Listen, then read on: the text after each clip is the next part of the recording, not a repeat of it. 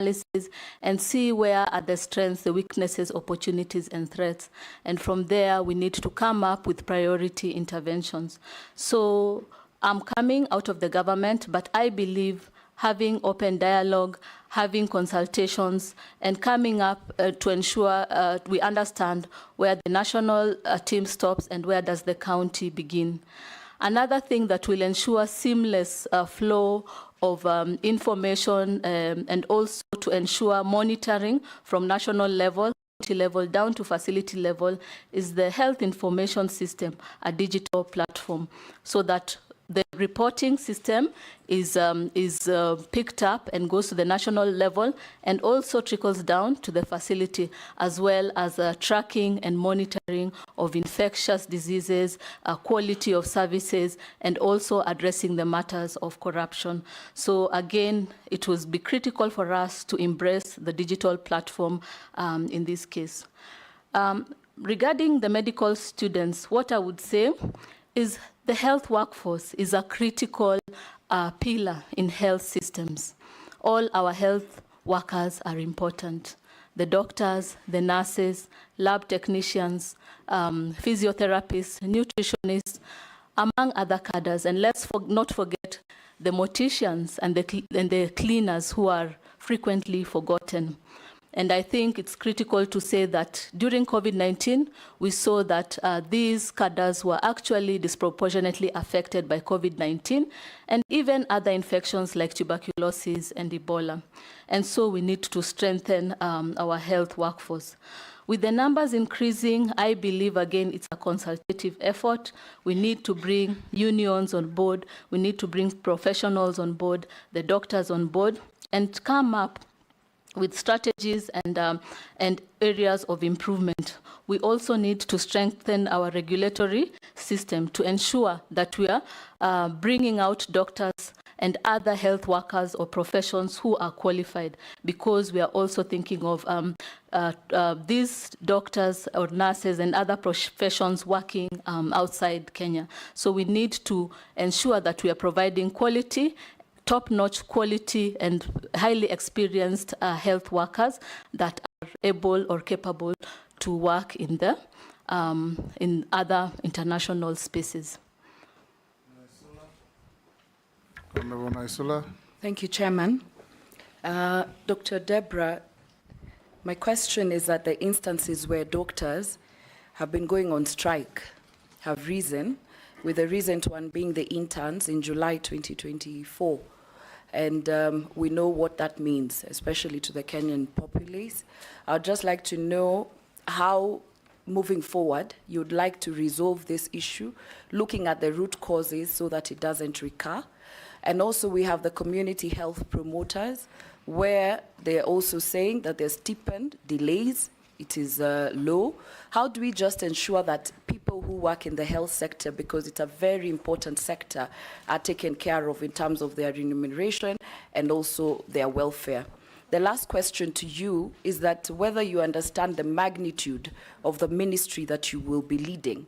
You have very critical departments and areas. We have KEMSA, you have the malaria control, you have the AIDS Council, you have the ministry itself, you have a chief, you have all that. How will you ensure, or what leadership skills will you use to ensure that the policies that you put in place, you implement, cascades to all those departments, and not, because we see in health department and also some of the big departments in this country where a CS just wakes up one morning and start issuing different directives, right, left, and center. I would like to know what leadership skills you will use to ensure that does not happen. Go ahead and answer. Through you, Honorable Chair. And thank you, Honorable Member, for the questions. So indeed, the doctor's strike has been a challenge over time in immemorial, and every cabinet secretary has dealt with that challenge. And so there's need to look for long-term solutions. I believe that the long-term solutions are with us. So we need to work together with the unions, the doctors themselves, the interns, we need to work with the bodies, the Ministry of Education, among other stakeholders, to come up with a solution. I don't have a solution, but what I am seeing is we need to have a situational analysis and be able to develop action plans following that. There is a Doctors Interns Act that I believe is ongoing, and I think that is one of the areas we can start with and strengthen. Equally, there are the return to work formulas that were given to the doctors, of which we can implement with support from Treasury and other sectors. Regarding the multiple departments, I would want to run the office with high integrity. I have seen that we have wonderful national technical leads in the office. We have DG, we have the PSS. I believe by having weekly meetings and sharing reports, conducting monitoring and evaluation routinely, we can be able to strengthen this. But we need to align it with the national strategy and the MTP plan, identify the priority activities, the timeline, and the budget. And if the Treasury is able to provide the budget, then we can implement. And also based on outbreaks that are at hand. As you are aware, there's a monkeypox outbreak, and also we need to ensure that we are prepared and ready to respond to such outbreaks. Nelson. Thank you, Honorable Speaker. Daktari, universal healthcare was a key pillar of our Kenya Kwanza manifesto. Given the recent High Court suspension of the Social Health Insurance Act 2023 and the Digital Act 2023 due to what they call insufficient public participation, what will be your strategy to ensure that the public is adequately informed and engaged in key decisions that pertain to their health welfare? How will you then increase public awareness about the benefits and procedures of National Insurance Scheme to encourage greater participation and understanding amongst Kenyans?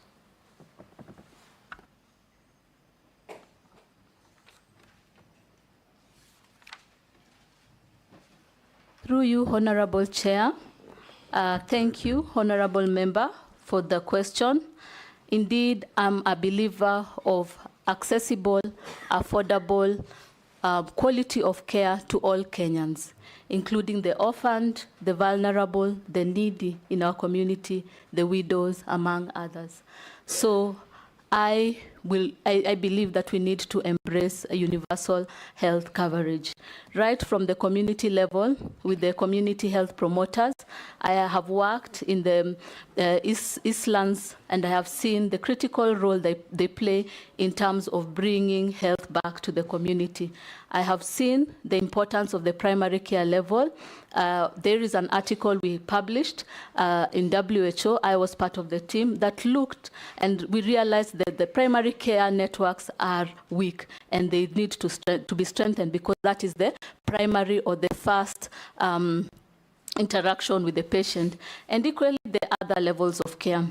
And so the challenge is that Kenyans have highlighted the 2.75% taxation, and they have not embraced the universal health coverage. They have not seen its importance in terms of accessible, affordable, quality of care for all, including the vulnerable, the disabled, the widows, among others.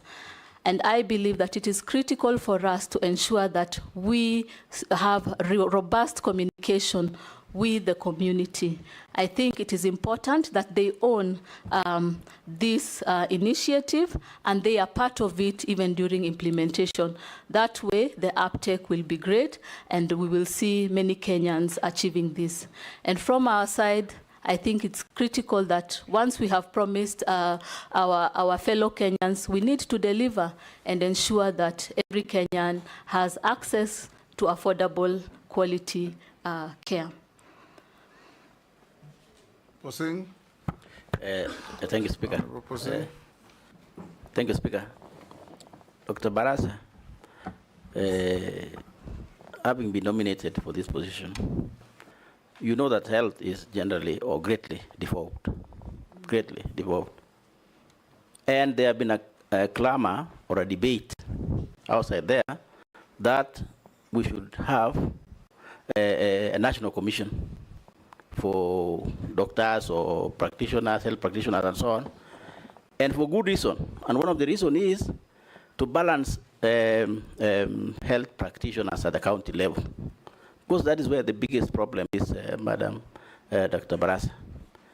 Because of lack of balance of medical or specialized medical people, you find that actually some of these hospitals are running like maybe, I would say, Panadol hospitals. All county hospitals actually run like Panadol hospitals. Because Panadol is just something small to make you at least live till tomorrow. Take an example of North Rift. Turkana County, West Pokot County, Elgeyo Marakwet County, Trans Nzoia County, even Bungoma County. Almost everybody is going to Eldoret for medical services. Why? Because they don't find those services. Maybe because of lack of specialized practitioners. So my two questions. One, will you support the clamor for the constitutional amendment to have this commission to be able to work out on that balancing of medical practitioners so that our people can get medical services at the right places at the county level? Or if that's a long term, what will you do if Parliament approves you, working together with governors, to be able to increase or help that health specialist at the county level so that at least we can have our people at the local level receiving medical services? Thank you, Speaker. Sir? Through you, Honorable Chair, I would like to answer the question by the Honorable Member. Indeed, with the devolution, we've seen a lot of challenges.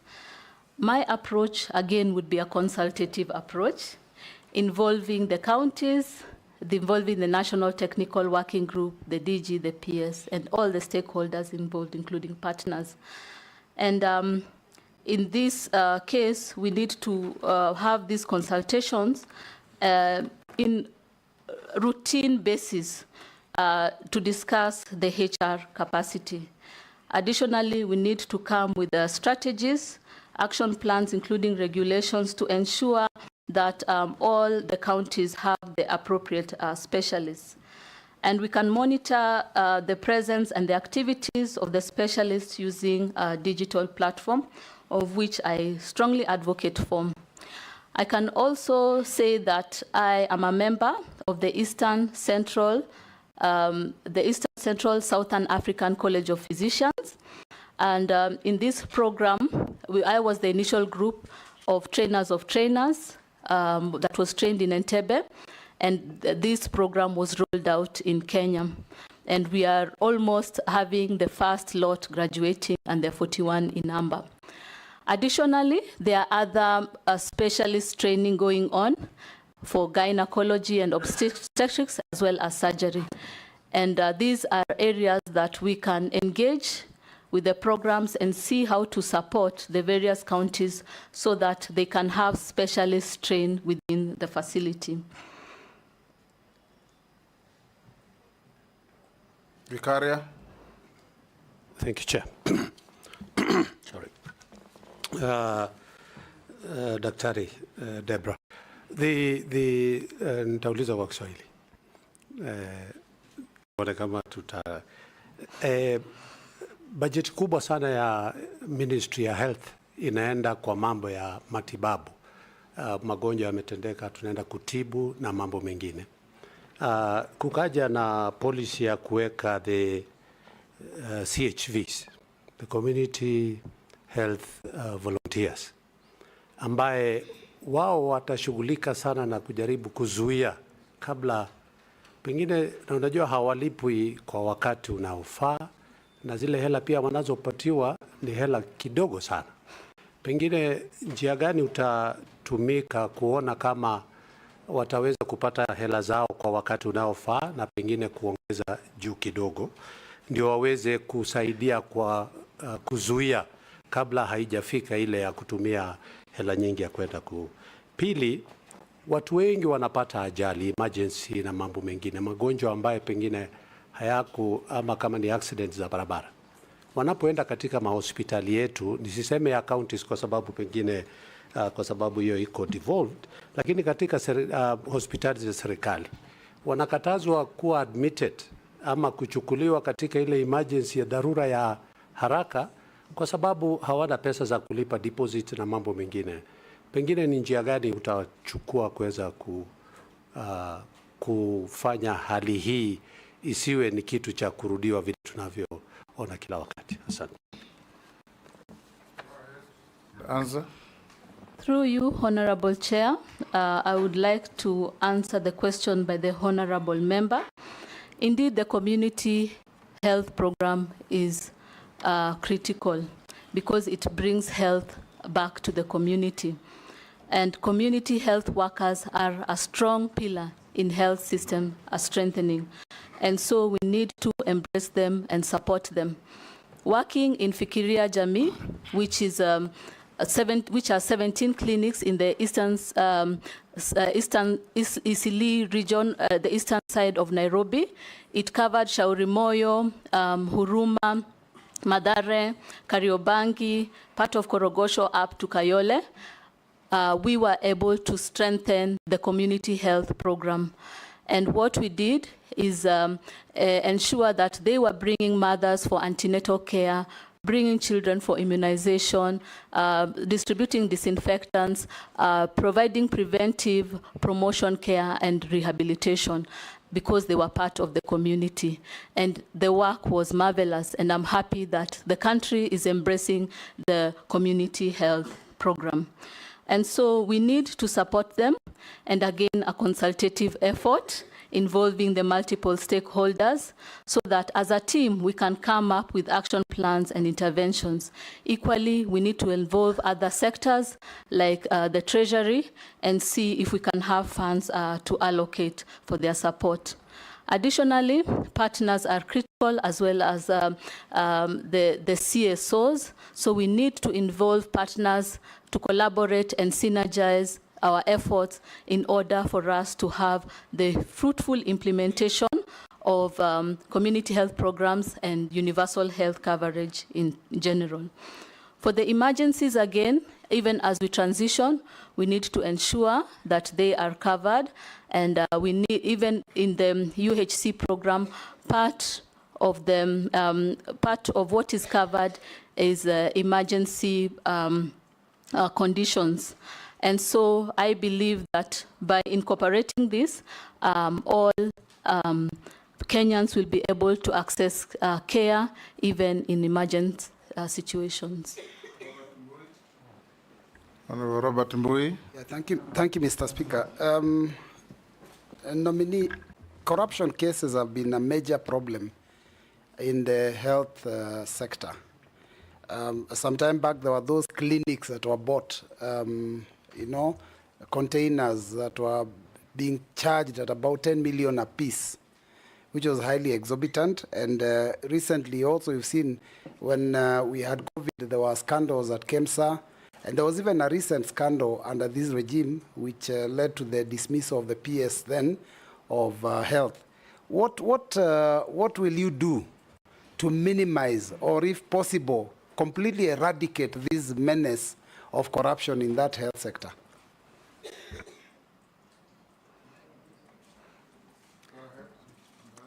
Through you, Chair, I would like to address the issue of corruption by Honorable Member. Again, a consultative effort. It is important that we think strategically, involve the various stakeholders involved, the National Technical Working Group, the PSs and DGs, to understand, to conduct a situational analysis and see where the gaps are. But from my opinion, I think that we need to strengthen the processes and procedures that exist. And one of the ways is through a digital platform. That way, we reduce the human-to-human interface. We can be able to track, say, for instance, how a Panadol from batch 001 gets from the national up to the patient's hand. Yeah, and so we'll be able to ensure that there is a seamless flow. So I am an advocate for the digital platform. Equally, we can involve external bodies to monitor also the challenges that are involved therein, and we can have routine meetings and feedback. Additionally, we need to have accountability and visibility frameworks, and also work together with the various commissions to address the issue of corruption. Baya. Thank you very much, Mr. Speaker. Mr. Speaker, I've listened to the nominees so far, Deborah. My name is Owen Baya. I'm not the honorable member. I hear you talk about situational analysis. I hear you talk, I've counted them, there are 10 now. Digital platform, there are 8 consultations, there are around 7 there. You keep on using the same ones all the time. But the health sector is a big thing, big, very big. And I think it carries one of the biggest budgets in this country. And it has been a Tower of Babel, okay? There are a lot of conflicting people striking, court cases, a lot of issues. It requires a very high level of leadership. And that high level of leadership is policy. But as I listen to you, I'm not hearing you enunciate or really bring out policy issues apart from consultation. I think the health sector suffers from real strong policies that can drive the sector, so that we have all these issues, these strikes, and everything else really not in place. There's been the question that has been asked on, will you support a health service commission, which everybody else has been talking about? Probably that's the panacea for the problems that we have in health. So Deborah, Dr. Deborah, my question is, what skills do you bring? Are you able to work with people much easier? There has been a lot of, the PS is saying this, the minister is saying this, the DG is saying this, the CECs in the counties are saying something else, the governors, the Council of Governors is saying something else. How will you amalgamate all these things and bring real leadership in the health sector so that we do not have the problems that have devolved the health sector over the years? I thank you, Honorable Speaker. Go ahead. Through you, Honorable Chair, I would like to address the question by the Honorable Member, Mr. Owen. Yes, from a leadership and a management perspective, it's always consultative. It's not a one-man show. The people, the National Technical Working Group, have been there for many years. They understand the situation. They understand the gaps, and they're able to come up with interventions. The thing that we need is to support them, to identify the gaps and come up with improvement plan. And so for me, I believe that it's critical that I give the leadership and bringing the people together to collaborate, to synergize, to harmonize, and to improve the services that are being given.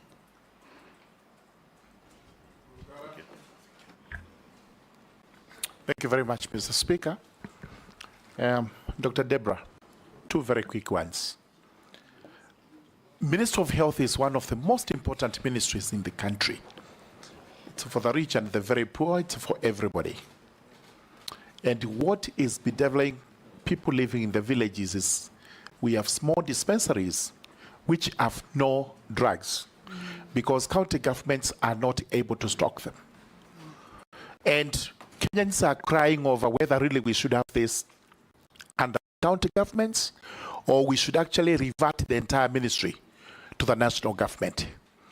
If a law ever came to revert the ministry to the national government, would you, if approved as the CS for health, support it? Number 1. Number 2, again from the same scenario, everybody goes to a hospital. As soon as God helps you recover, you have no money to settle your bill, and even through Arambes you have all these problems, and eventually hospitals, including public hospitals, start detaining patients. And the converse of that, sometimes you may die, and the hospital detains the dead body. What policy would you put in place to ensure there is a balance, that you cannot be detained in hospital forever when you've recovered, or you can't have your body if you're there? Your relatives cannot have your body detained forever. At one point, there must be a stop to that. What sort of a policy would you put in place? And answer? Through you, Honorable Chair, I would like to address the question by the Honorable Member.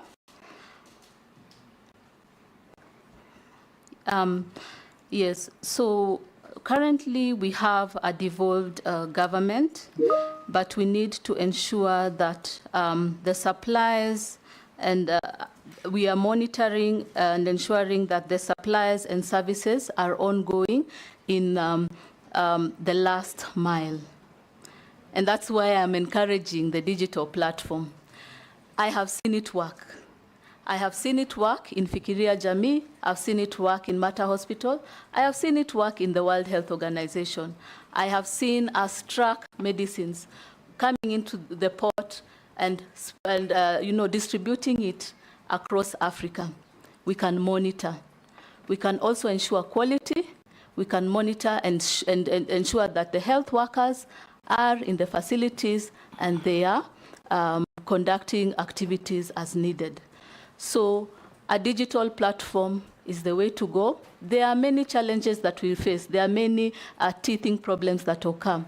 But when we have that, then even the counties can sit in their offices and be rest assured, looking at the quality, tracking on the medications, what is out of stock, etc. So a digital platform is critical. And again, about moving from county to national level, a consultative approach.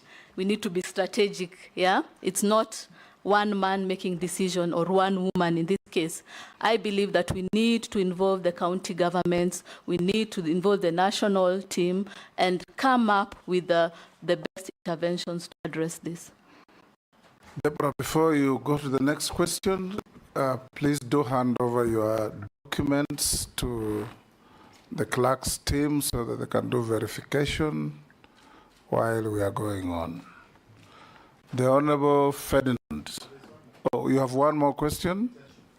The retention of dead bodies and recovered patients until money is paid to various hospitals. What will you do? That's what the Honorable Member has asked. Yes. So strategically thinking, we need to consult and see what are the gaps, what is causing this, and then involve Treasury. It's money. Yeah.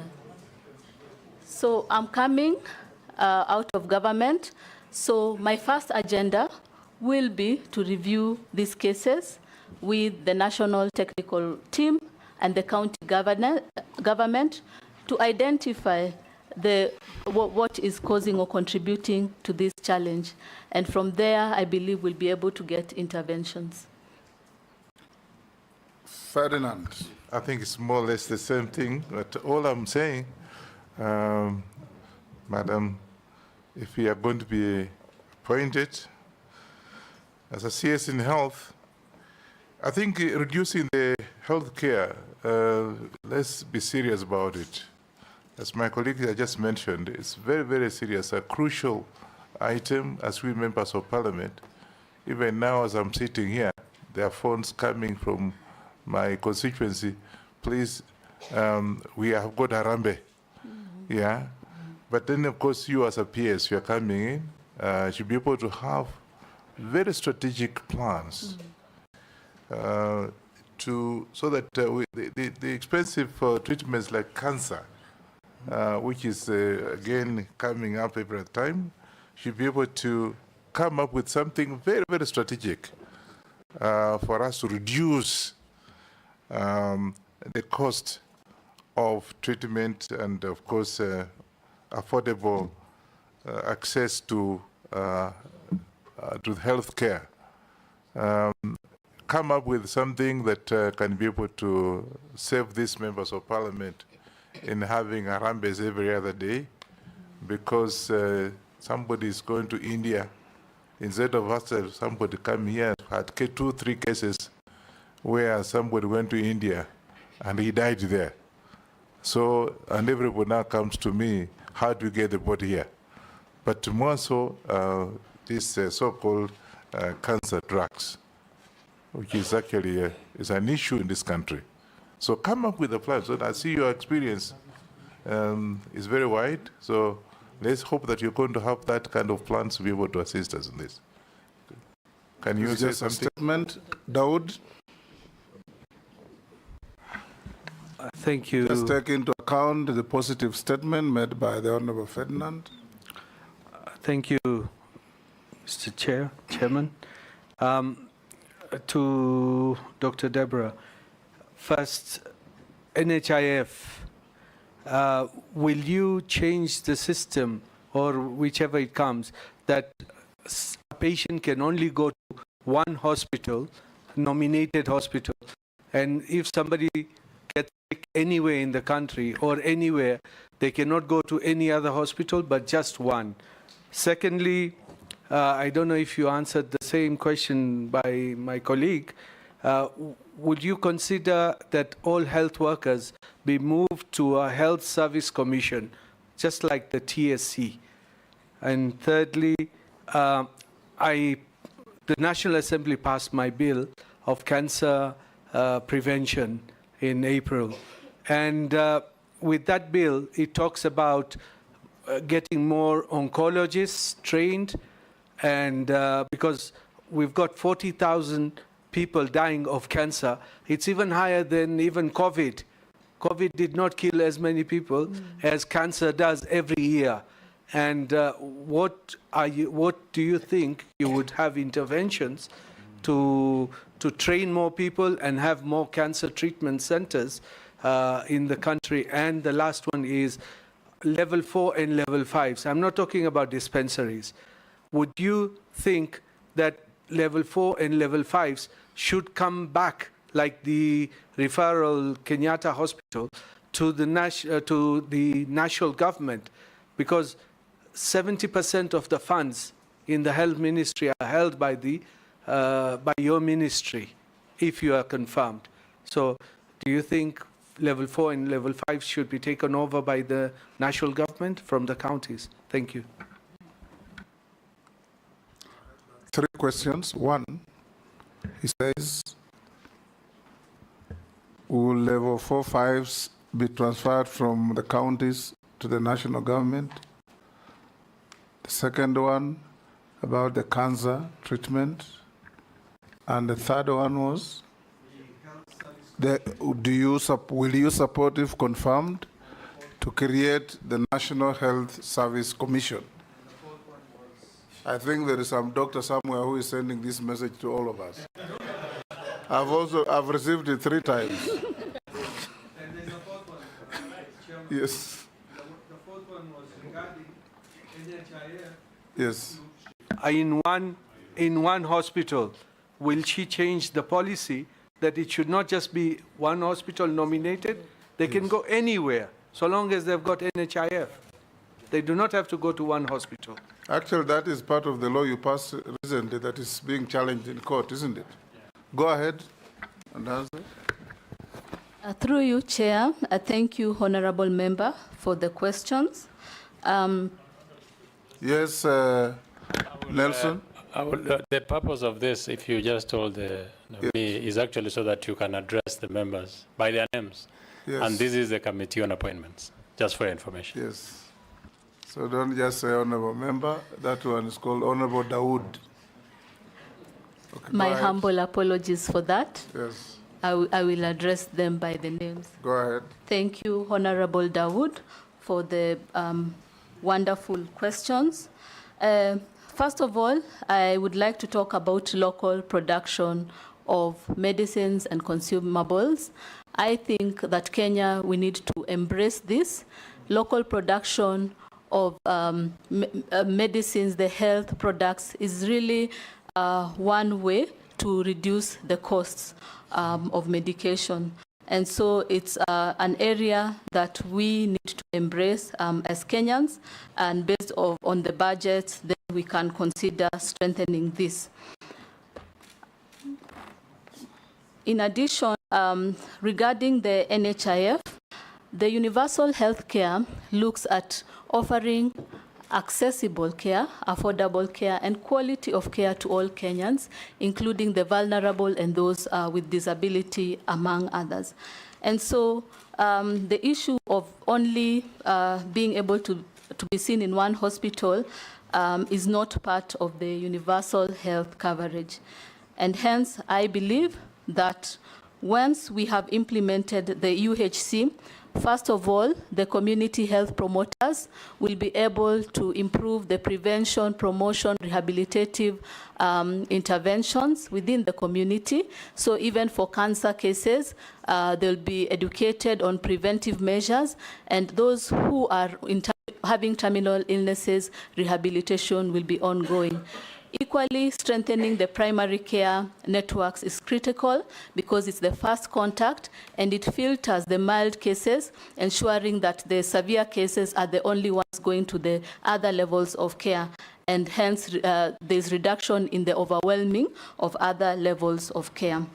And so I believe that we can have this as accessible, affordable, quality care by strengthening our community health promoters or the community health programs, as well as the primary care networks, and ensuring that we are offering quality care across all levels of care.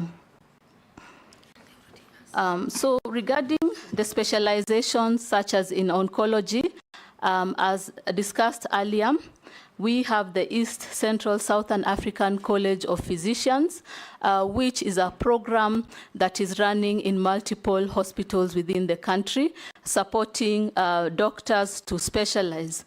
We may also consider having this for other specialists, including the nurses, and see how to see how they can grow career-wise as the health workforce, and that way we can also have access to care. For the doctors at the national team, I believe it will be a consultative approach. I cannot make that decision myself. I believe that it's critical that I involve the whole team, the stakeholders, the partners, and other sectors to be able to see how to address this issue. Point of order, Speaker. Which issue? And I thought if it is about the commission, health, what is your opinion, nominee minister? If you say consultative, what is your opinion as a leader? You support, you don't support, even before you do consultation. What is your input? What is your mind? Yeah, yes. you are running away from being personal. Yes. We want to get your suitability, you, not a group, but you. Thank you, Speaker. Go ahead. So the question is, if you are confirmed, yes, will you support the creation of the National Health Service Commission? There is some doctor somewhere sending this to all of us. As part, ask you. Thank you, Honorable Chair, and thank you, honorable members. As part of the doctors' fraternity, I support the National Health Service Commission. Thank you. Go ahead, Mary. Eh? The one for level 4, 5 to move. I'll help you to ask. The level 4 and 5, Honorable Dawood, I believe that is critical. To refer to the interviewee, even as minister, she has no capacity in law to lift level 4 and 5 from the counties to the national government. It must be a legislation and an agreement between the two levels of government to transfer. So even her opinion here will be relevant. Mary Mase. Thank you, Chairman. Dr. Deborah, I put it to you that for you to be able to realize your policy objectives, you must have adequate or sufficient financing. But when you look at the Ministry of Health, and especially health research, it remains significantly underfunded. And when you look at the budget of the ministry, there's notable dependency on donor funding, especially on research, disease control and management when it comes to control of malaria, HIV, AIDS, name them. My question to you, from your experience in the health space, what are the barriers to achieving optimal funding in health research? Secondly, there are a number of hospitals, if you are approved by Parliament, there are a number of hospitals across the country that have been built through World Bank funding, GOK, and have remained unoperationalized for a number of years. Beautiful structures. Case in point is in my constituency, Amukura. Beautiful structure. They are not been operationalized, no furniture, nothing. So if you are successful, please do an audit of all such hospitals across the country, ensure they have been operationalized so that there's value for money, and before you start building others or advise for others to be put up. I think that the last one, just a comment. Thank you.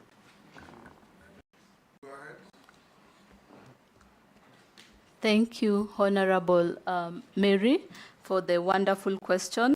I have done a lot of facility assessment, right from the community-based organizations, various facilities at the different levels of care, and also at supporting various countries within the Eastern Southern Africa, as well as the Afro 47 member states supported by WHO.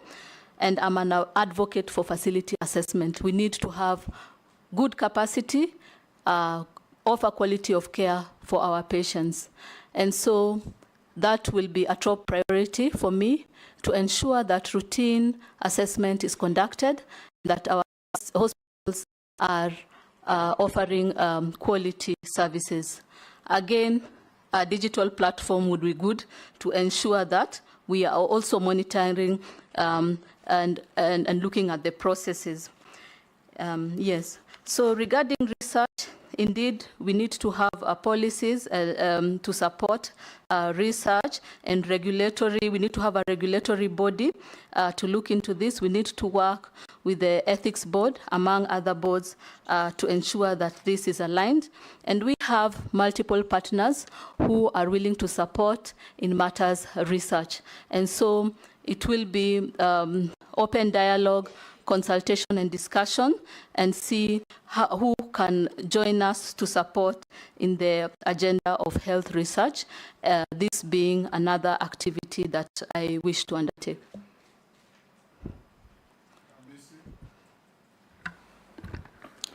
Thank you, Mr. Speaker. Mr. Speaker, first and foremost, I wish to state that the nominee comes from my county, and especially Saboti. But that will not conflict my assessment of her capacity to serve in that ministry.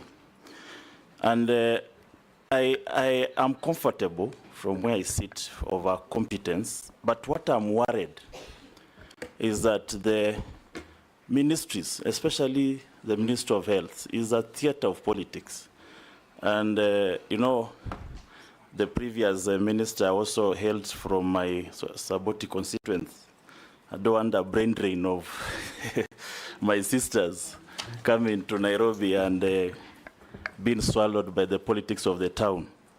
How are we kept in terms of interpersonal relations and the politics that goes around and the cabal of corrupt individuals around the ministries?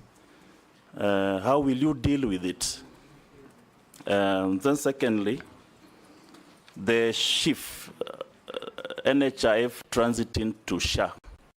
I think a segment of it is called shift. Is it prudent? Why not revitalize the NHIF in terms of digitalization, prudent utilization of resources, instead of transiting, which means you could also transit corruption? Lastly, Speaker, it is my view that Kenya is ripe to be a medical tourist destination, just like Turkey, just like Malaysia, is a policy on tourism. The biggest is India. Yes, thank you. And now being a regional hegemony, you know, we can start with the region, not even beyond Africa, but just as a region. Do you believe that we are ripe to be a medical destination? If so, how? And if not, why?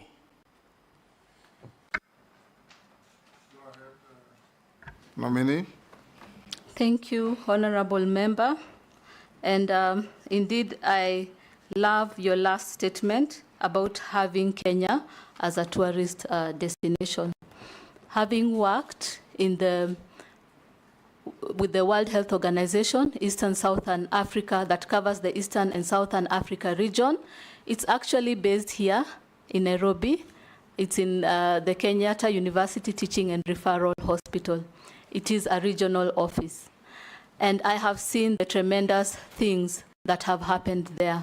We've had expatriates come to stay here with the family, and that has increased. Our Kenyans have been employed through this.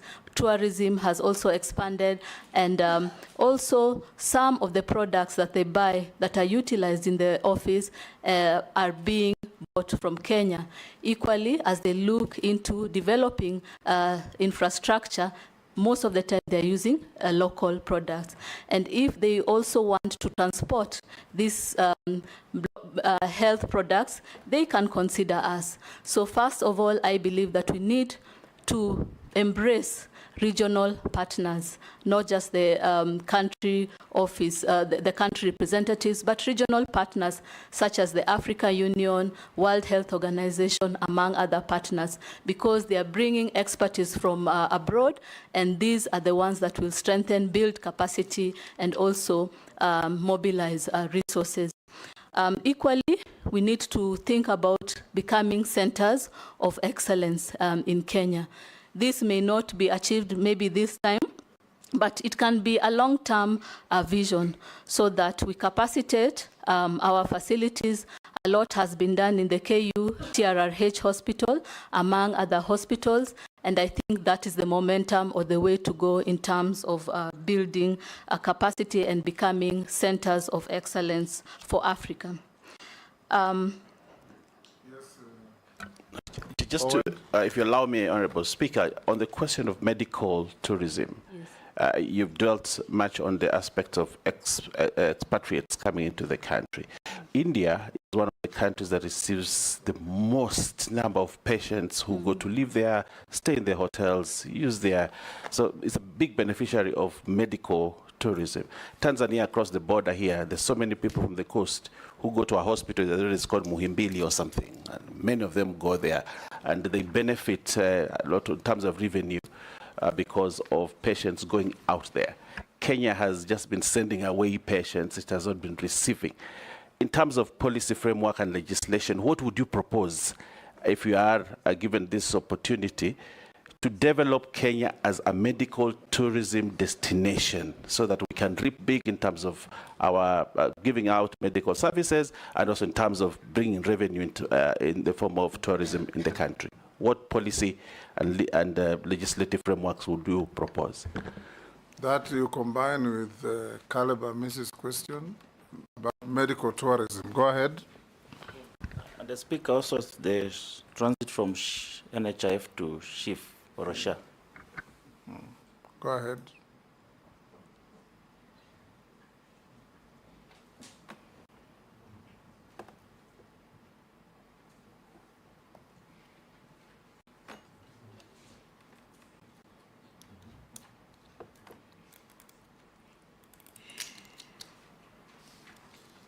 Yes, Deborah, go ahead. Okay. Thank you very much, honorable members. The first thing we need to do is assess and look at best practices from the other countries, such as India. What have they done in terms of building their capacity? And how can we improve? What are the timelines? what are the budget costs. In terms of specialists, we need to ensure that we have top-notch specialists in the areas, and also expand the medical equipment that can be utilized for this. And again, the infrastructure, the logistics, among other aspects that are involved. And so, yes, it is true that we need to have policies with regards to this, but in terms of how to progress, I think that we need to look at the priorities in Kenya. We don't have affordable, accessible, quality of care for patients. And I'll give an example.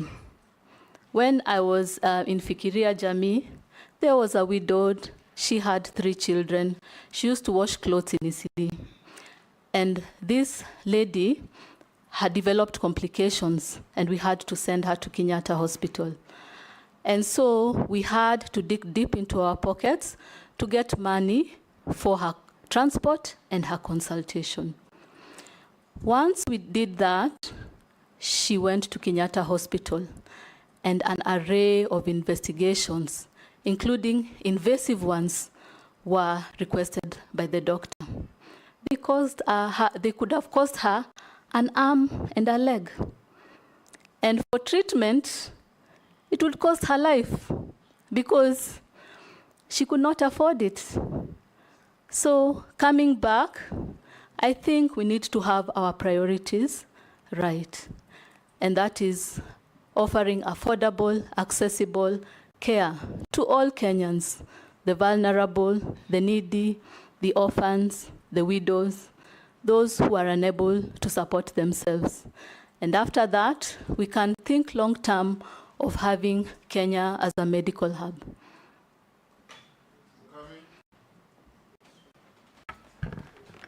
Thank you, Honorable Speaker. Dr. Barasa, considering the recent reports of vaccine stockouts and the shift in policy regarding donor-funded programs, like those provided through Gavi, the Vaccine Alliance, what are your plans for ensuring sustainable financing and reliable procurement of vaccine and essential health products during your tenure as a Cabinet Secretary for Health? Another thing is about, and I think Honorable Kareb has asked you, it's regarding the transfer from NHIF to SHIF. To tell you the truth, majority of our people, they are not getting it, and they are not even registering.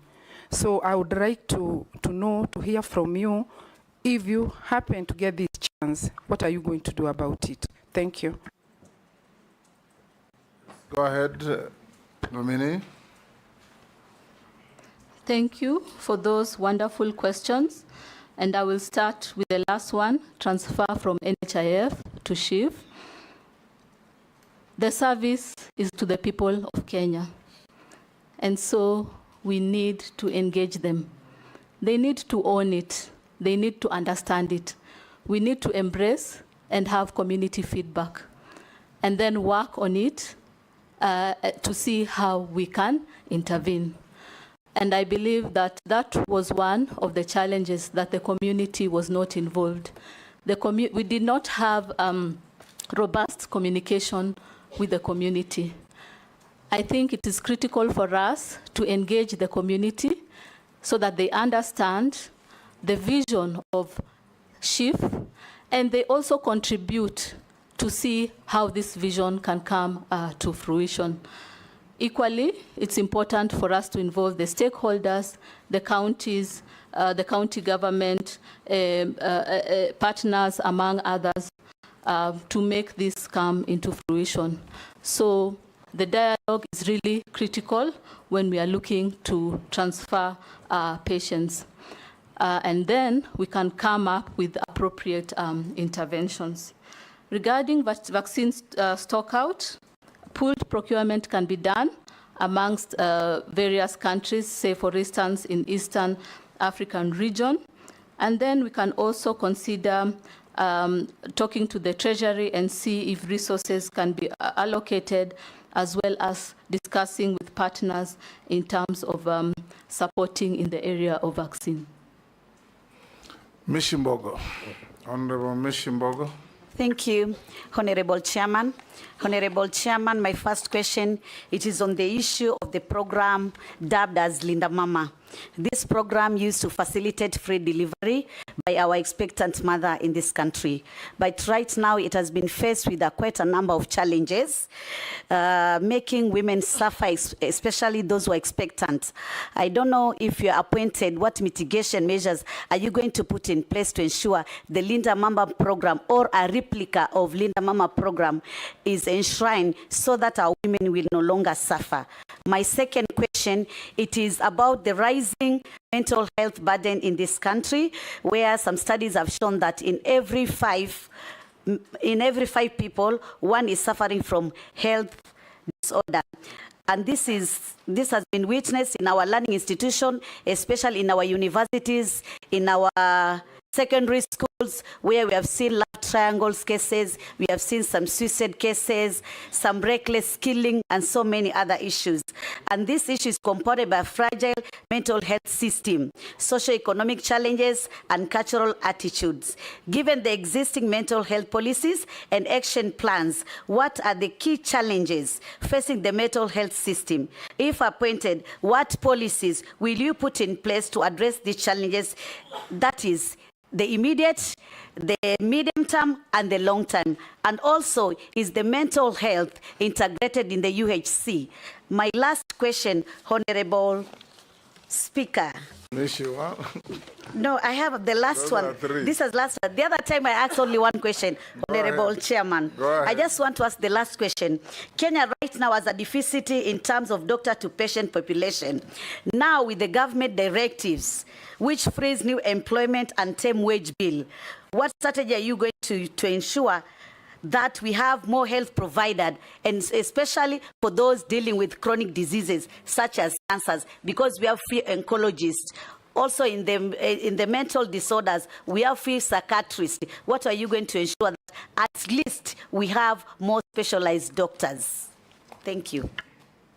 You followed 3 questions. Linda Mama, will you bring it back in its same form or another?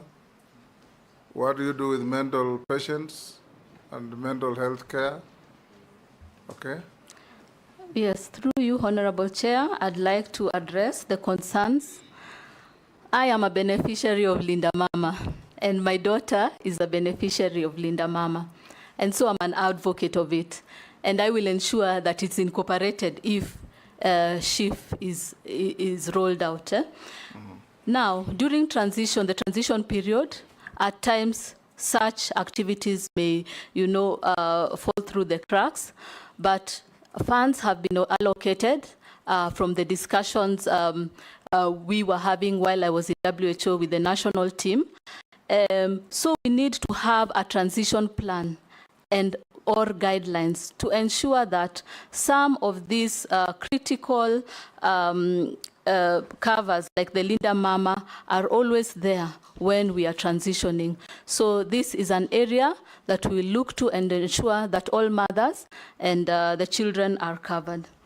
I will combine the mental health and doctors to patient population. Indeed, this is not just the doctors, but the health workforce in general. We need to look at how we can protect them and how they can grow in their career. And so I will engage the universities and other training programs, such as the Eastern Southern College of Physicians, the surgical programs, the obstetrics and gynecology programs, and have deliberations on other programs that we can have in the country for our health workers to progress in their career, because we can have even clinical officers, nurses specializing in mental health, in matters oncology, among others.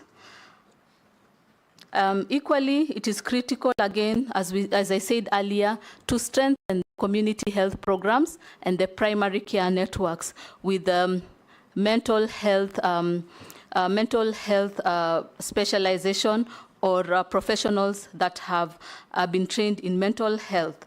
And so these are areas that we can look into addressing. Sharia. Thank you, Chairman. Dr. Deborah.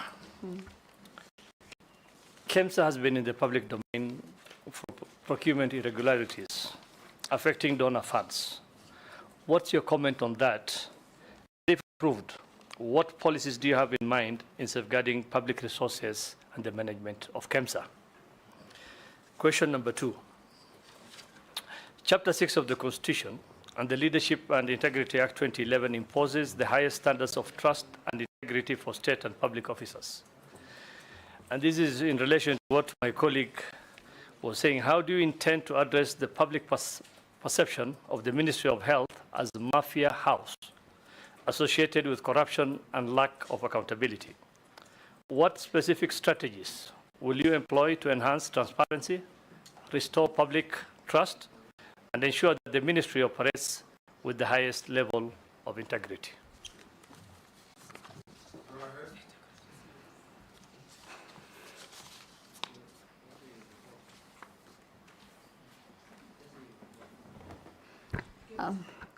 Thank you, Honorable Member, for the wonderful question. And indeed, KEMSA has been in the public domain.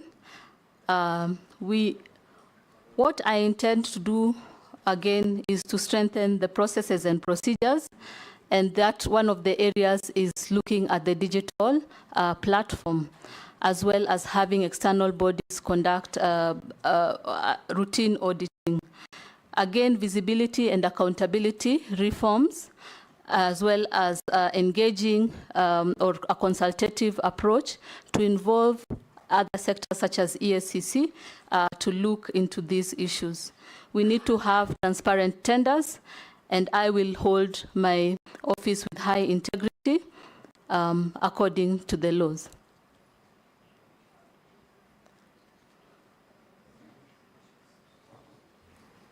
Yes, Barasa.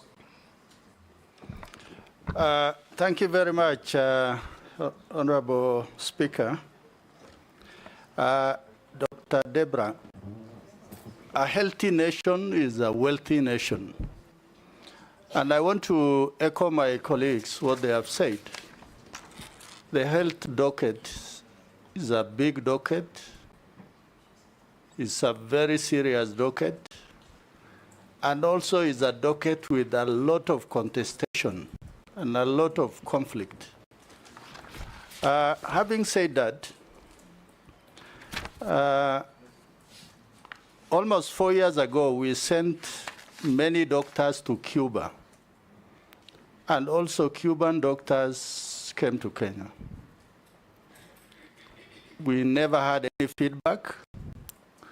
I really want to hear from you what has been that feedback, whether positive or negative, and if there are any positive things, what is it that we have been able to borrow from the Cuban health system? A second question is, you have been a medical registrar at Kenyatta National Hospital. Across the road, you walk to Nairobi Hospital. In Kenyatta National Hospital, you have the largest Kenya Medical Training College in Eastern Central Africa. And also, you have the largest teaching hospital, university that trains doctors. When you compare the two facilities just across the road, in one you are in Europe, and in the other one you are in somewhere in Africa, not even in Nairobi. Just in case this committee is going to approve your nomination, what is it that you are likely to do so that we are able to see a better facility at Kenyatta? Finally, Honorable Speaker, there are memorandums that have been raised by Albert Gitonga Henry Fundi, and 2 others about your practice status at the Kenya Medical Practitioners and Dentists Council. What have you got to say about that? Thank you, Honorable Chairman. So, in terms of the feedback for the Cuban doctors, I have not been to the ministry. I'll be new to the ministry, and this will be a priority agenda. So I will review, and I'll be able to make a report and share with the Parliament. Regarding the training in the Kenyatta National Hospital and how to make our facilities better, routine facility assessments, identifying gaps, and coming up with international interventions to build up capacity is really critical. And I will be an advocate for that and ensure that we are conducting routine assessment. For my practicing license, I am a qualified doctor. My registration is A6275. I have been in clinical practice from 2007 to 2020, compliant to license renewal. In 2020, I joined World Health Organization. It is a UN, part of the UN agencies. It is an international, independent entity with no affiliation to any member states. I was an international civil servant, offering services to 22 countries in Eastern Southern Africa, and the 47 member states also supported in the Afro region. So my work and my capacity was at an international level as a policy advisor, giving strategic direction and technical advice to various countries in the Afro region. Once the president nominated me as cabinet secretary, because of the courtesy and respect and coming back into the Kenyan medical environment, as well as the office of the cabinet secretary, I renewed my clinical practice. Mule. Thank you very much, Chair, and welcome, Dr. Barasa, to this committee. Chair, I've pursued and I've looked at the CV of the Dr. Barasa. Having worked at Kenyatta Hospital as a registrar, Mata Hospital as a promotion, worked at Eastern Deanery as a physician and promoter, and then straight to WHO. I have no doubt on your experience, but I have a serious concern of where you are coming from and where you are getting into. And I think Cosin alluded to that. We want to hear you, how you will transit. Having been in the medical fraternity for the last 20 years, where you are coming from is where things are done as the policy of the institution. You are joining government whereby complex law, interest, politics carries the day. Madam, with all due respect, I believe you are getting into the Ministry of Health, whereby we have several departments, starting with the doctors themselves, starting with the nurses, the procurement agency, KEMSA, the programs, everything. I want to hear from you your management skill, or now you'll transit from that set mind of a straight line of thinking, and no wonder you are telling us every time consultation. Here, it is whereby the law applies. The law which is applied at KEMSA is not the same law which is applying with the doctors, enumeration and hiring. So, my question starts with, how do you tell Kenyans you'll streamline supply and demand of health communities in this country to the grassroots level, putting in mind we still have a devolved government. Secondly, from the international community where you are coming from, there are those policies and guidelines which have been given to this country. We must adhere to. One, Honorable Mukami talked about Gavi and vaccines. You know very well Gavi has been supporting this country for many years to provide vaccines and other commodities. But as a government, we have always delayed to pay these supplies, yet endangering the young newborns and the future of this nation by not being vaccinated and exposing them to diseases like polio. What is your take to how to progress on that? Thirdly, as a country, we are binded by all international commitments, starting with the United Nations Convention on on health policies. And I want to hear from you, how do we get out from donor-funded health programs in this country to a government-funded programs in this country on TB drugs, TB diagnostic tools, HIV drugs, HIV diagnostic tools, vaccinations and distribution of vaccinations to the country, malaria drugs and malaria transmission diagnostic tool. And last, how do you coerce the seamless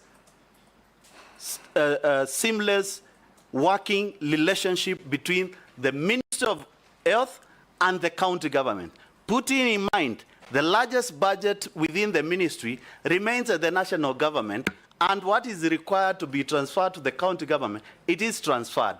And lastly, what policy are you going to use on relationship on working with the county government and the CECs at the county level to ensure that Kenyans does not suffer anymore for lack of health services in this country? Thank you. Quite a mouthful. Can you answer that? Thank you, Honorable Member. Honorable Mule. Honorable Mule, my sincere apologies for that. And indeed, I sense a lot of passion in matters health.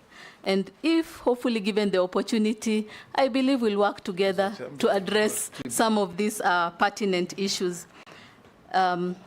Yes, so again, this will be a priority in my agenda to understand the situation and come back with interventions, seeing that I will be new to the ministry. So the issue of supply and demand, again, we need to strengthen the information system. I think my mind has been focusing on that because I have seen it work. I have seen it work in various organizations that I have worked in. I have seen it being rolled out. I've seen the teething effects, but I have seen the impact it has had. It has reduced on costs, it has improved quality, and it has enabled people to track and see where their stockouts, among others. So we can be able to track the supply of commodities up to the last mile. Yeah? And then we can be able to also monitor other services. So I am an advocate of the digital platform because the human-to-human interface is what is bringing challenges, I believe, in our country at the moment, among other things. So for the vaccines and commodity delivery, yes, we need to allocate budgets to support this, and then we can have pooled procurement of vaccines. We'll also deliberate with the vaccine programs that are currently here, the vaccine production, and see on their effectiveness and their efficiency, and the costs implication. So coming from my background, I know the concerns, the teething effects of vaccine production, and I know the members, the nominated committee wanted me to talk about vaccine production, but I think it is important that we go in depth and identify all these things before making commitment. In terms of health policy, for the dwindling donor funds, one of the areas we can consider is health insurance. But again, we need to have community ownership. The community need to embrace it because, you know, there are taxes involved. So we'll need to educate them and make them embrace it. With your support, with the county government support, the stakeholders, the partners, I believe we can make this successful. And equally, there are some programs which are again feeding into the universal health coverage, including maternal to child health programs, the TB programs, and so on. So we can see how to work as a team and synergize our efforts for improvement of services in Kenya. As we sit here, the Kenyans who are watching, and they have been sending some SMSs to almost all of us. A few of them, they say, in case you're approved, embrace biotechnology and diagnosis, harmonize salaries of health workers. They earn different salaries while doing the same job. Somebody else says there's a program called Edu Afia for students. It was suspended because of fraud instead of punishing the fraud. Another one says advise her to solve UHC staff menace. They get only half salary for full work. Another one says Linda Mama must come back. That's what Mishi was saying. Another one says ensure SHIF covers ICU costs which are unaffordable by all Kenyans. Another one says, how will you handle monkeypox disease if you are confirmed? And you had answered that. Yes. Yes, Mule. Chair, I didn't hear her touch on the issue of diagnostic tools as recommended by the UN on the TB, HIV, and also supply of vaccines and drugs for malaria and the diagnostic tools for malaria. Please. Yes, go ahead. Yes. The ones I've given you are just comments extracted from SMSs. Can you answer the members? Thank you, Honorable Muli, for the question, and through you, Honorable Chair. Yes, this is an agenda that will also be priority in my list to be able to identify the situation and the gaps and the interventions therein. Regarding monkeypox, I'm happy to say that within this year, we've had multiple countries within the Afro region that have had monkeypox. And I have been part of the team that has been supporting the countries. And so I believe that this, with the support from the National Technical Working Group, we will be up to task to support the country to address monkeypox in terms of readiness and response in Kenya. Daud, what was it? Thank you, Mr. Speaker. I want to follow up what my colleague, Honorable Imase Mary, asked about facilities which have not been opened. A case in point would be even Meru, where there is a 5-story building which was done by Honorable Kiraito. He was the governor. 3 years down the road, it's never been opened, and there's congestion in Meru level 5. So there are many places like those. Do you think once you get in, you will say it is not national government, it is county government? What would your position be on those unopened facilities? Take also from the Deputy Speaker. Dr. Deborah, also some concerns that have been raised by members of the public who sent me messages. They are saying that the community health promoters are being paid timely from the national government, but the contribution of the county governments comes in very late.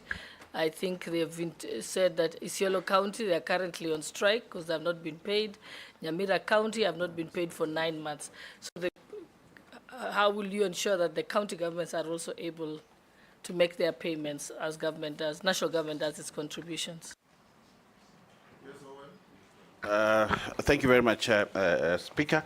Dr. Deborah, just two quick questions. One, there has been worry of staff of NHIF transitioning to SHA or SHIF. They are worried about losing jobs. You know, we have a law that is in place, but they're worried.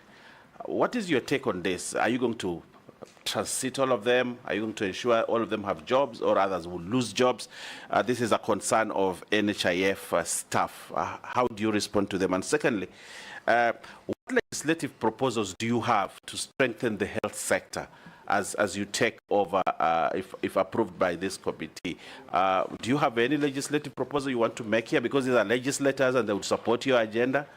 Do you have any legislative proposals going forward so that we can strengthen the health sector? Or what gaps are there in the law that you may want to fix to make health a better sector?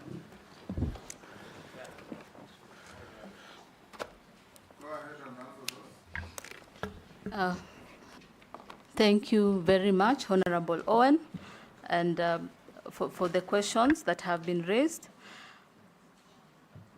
So I will start with Honorable Dawood's question regarding facilities and their capacity.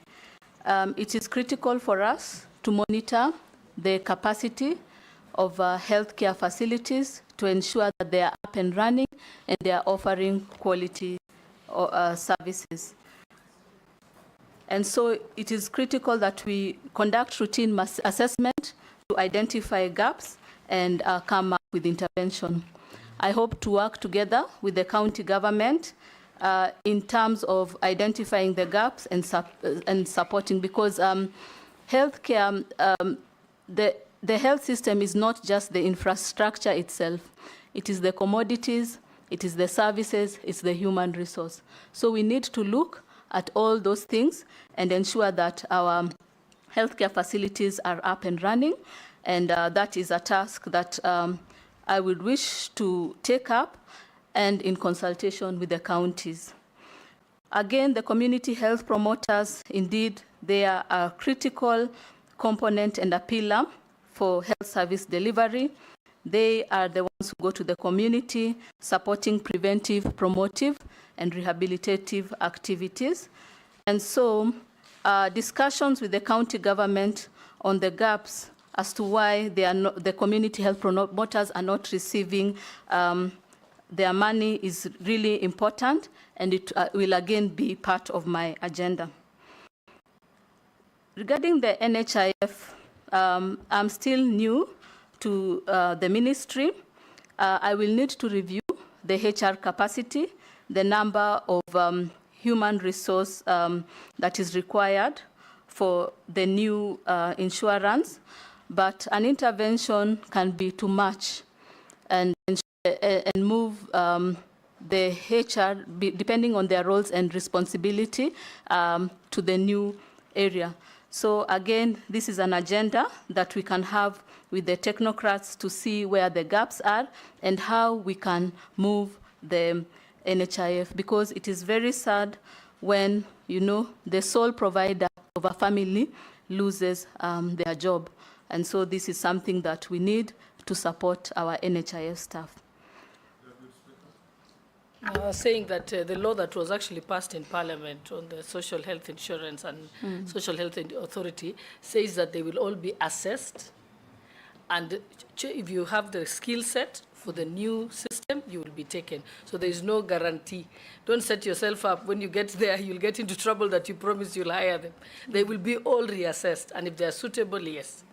If they are not, they will not be taken, because it was said that in NHIF, there are some people even who are geologists, and yet they're working there, or nuclear scientists. So their skills don't match the work that they're doing.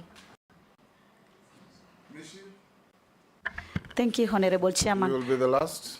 Honorable Chairman, Kenyans have really been crying on the issue of public participation, and that there's so many decisions made in terms of Ministry of Health without their knowledge. My question to the nominee is, are you conversant with Article 232 of the Constitution on the values and principle of public service, and to what extent does your personal and work experience reflect these principles? I thank you, Honorable Chairman.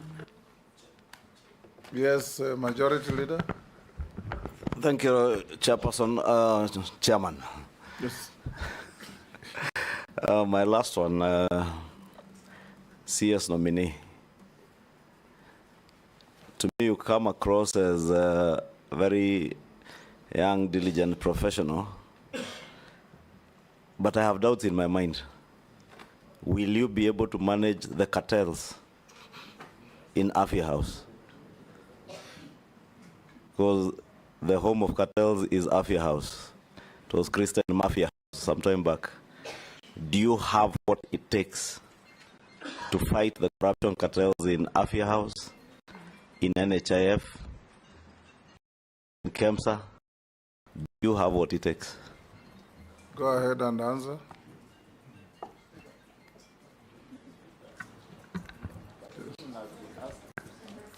Mr. Speaker. Yes. I think we also need to be fair to our time and the nominee. That question has been asked several times, so we can't keep on repeating the same. So I think honorable members must be attentive.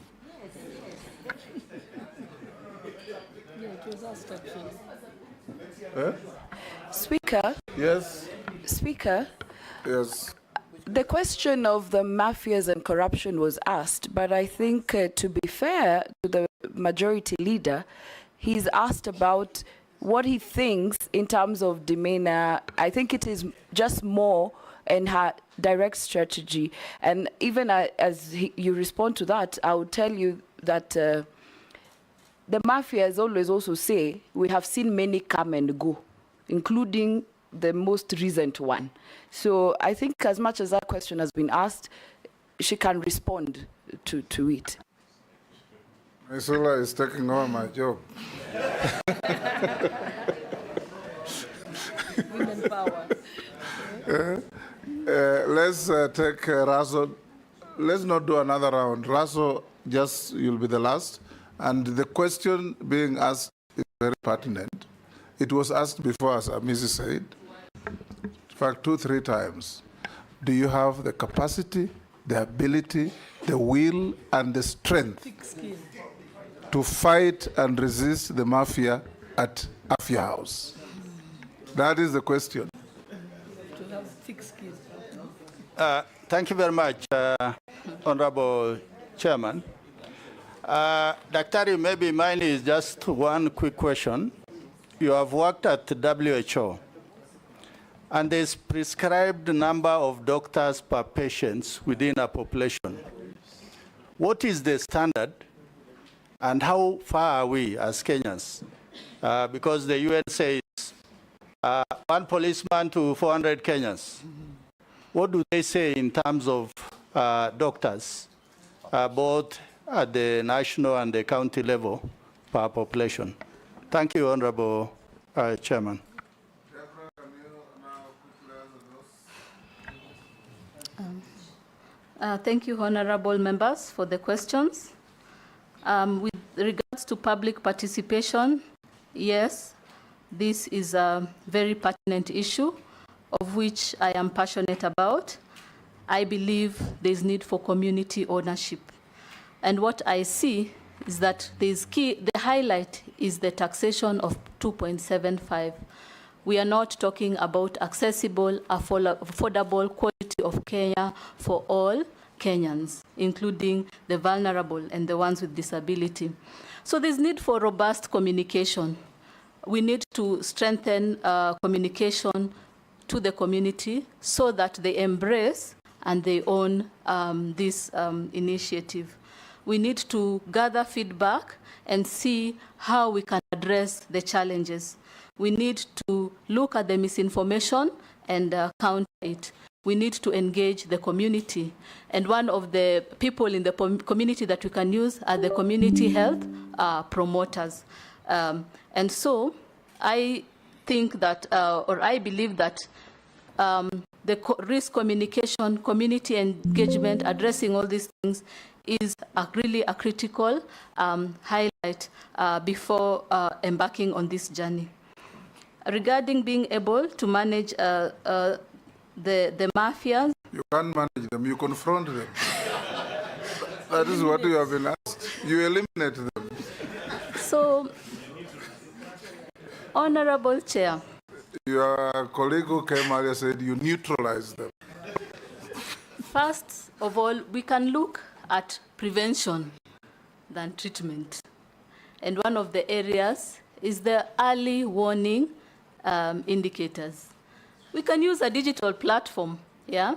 We can use, open tenders or transparent tenders. And we can use independent bodies to monitor this.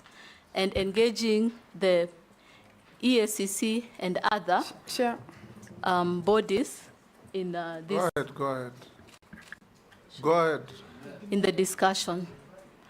So I think we need to strengthen. You have the courage and the will, that is the question, Yes. to confront the mafia and defeat them. I will hold my office with high professionalism and high integrity. Good. But here she can't manage and treat mafia. She has to deal with them head on. She has said that she's going to manage and treat. We can't deal with mafia as like that. I think she's understood. You can't treat the mafia, you fight them. They are a criminal enterprise. And exactly. I think Honorable Mukami did not get the nominee right. She said there can be preventative treatment, and my understanding was that preventative in terms of preventing corruption, if I got her right.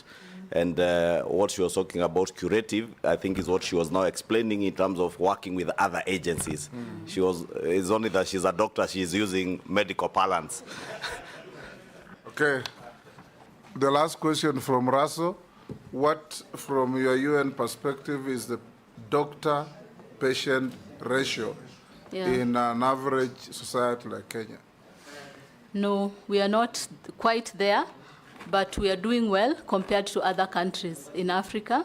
So we need to look at improving the HR capacity, not only for doctors, but other cadres such as the nurses. Yes. What are the numbers? The ratio. What's the ratio? I will have to confirm the ratios. Yes. Yes. Okay. Now, a few formal questions. Other members, a few formal questions. Do you hold any leadership position in any political party? No. Have you ever been adversely mentioned in any integrity-related report or investigation? No, Honorable Chair. What is your net worth in terms of wealth? Okay. So my net worth is a combination of mine and my husband, and it's 455,845,320. You and your husband? Yes. Honorable members, that is Mr. Speaker. Yes? That's the Speaker.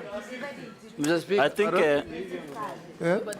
because yes, Caleb. Yeah, because this is a House of Records, so I propose to divide into two. Chairman, it is not necessary to be divided into two. It can be another way. Don't break families. Yeah. If they own it jointly, if there's a dispute, the courts will decide.